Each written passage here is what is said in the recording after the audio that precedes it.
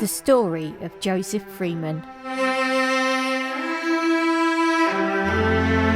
Joseph Freeman was an escaped American slave who eventually made his home in Chelmsford. His story is a strange one. Joseph was born in 1826 on a tobacco plantation near New Orleans and was the son of a slave. Somehow in 1860 he managed to escape his shackles and went on the run. Over the next year, laying low and using his intuition, he incredibly made the long journey to England. He is thought to have stowed away on a tobacco boat that then landed at Tobacco Dock in London. Not finding the busy city to his liking, he then travelled to Essex and soon found the town of Chelmsford.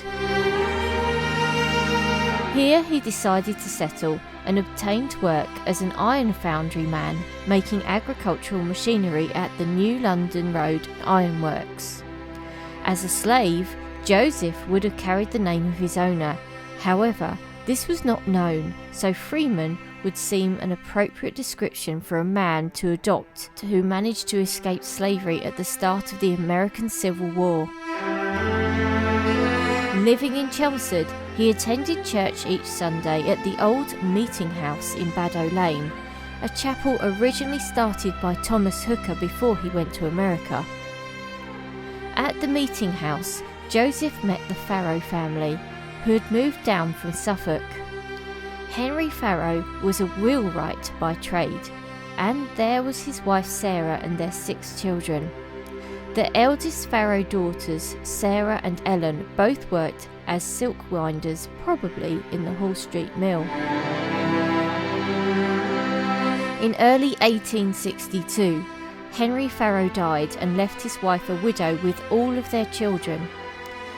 Joseph must have befriended the family and helped Sarah, and they got on so well that in October 1863 they decided to get married. The location of the marriage ceremony was the same church where they had first met in Baddow Lane. Life was tough from the new family, but delight came on the 15th of February 1864 when Sarah gave birth to twins, a girl and a boy. Unfortunately, the girl died after 6 hours and the boy died 6 months later. In 1866, however, they were blessed with another daughter, Sarah, and she grew up fit and well. Happiness was short-lived for the family, as in 1875, Joseph died of consumption, tuberculosis.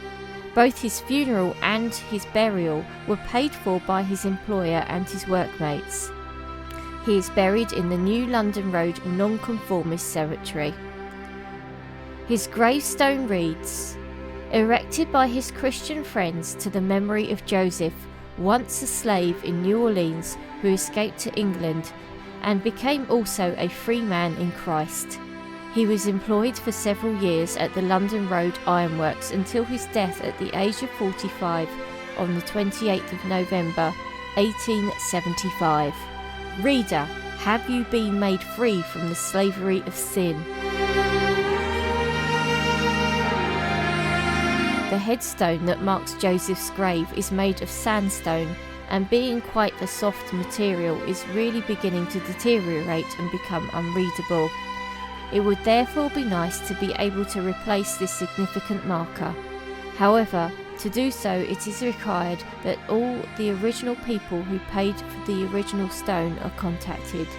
This has not been possible as all the names that contributed are not known, and the funeral took place so long ago that the records have been lost.